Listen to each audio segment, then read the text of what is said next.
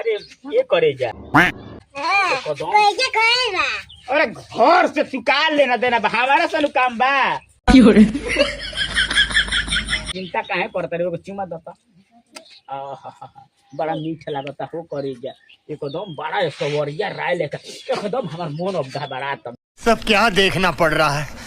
अच्छा है मैं अंधा हूँ जानता एकदम अब एकदम अब बोल करत वो भी तरह के टांग के लेके चलो लेकिन अब हमार मन घबरा गया आओ जल्दी जल्दी देखलो भगवानो कनी के बड़ा बढ़िया जोड़ी लगइले बड़ा मतलब आपस में कितना मैच करता तारा लोग के ना बुझे देखलो दोनों के सेम साइज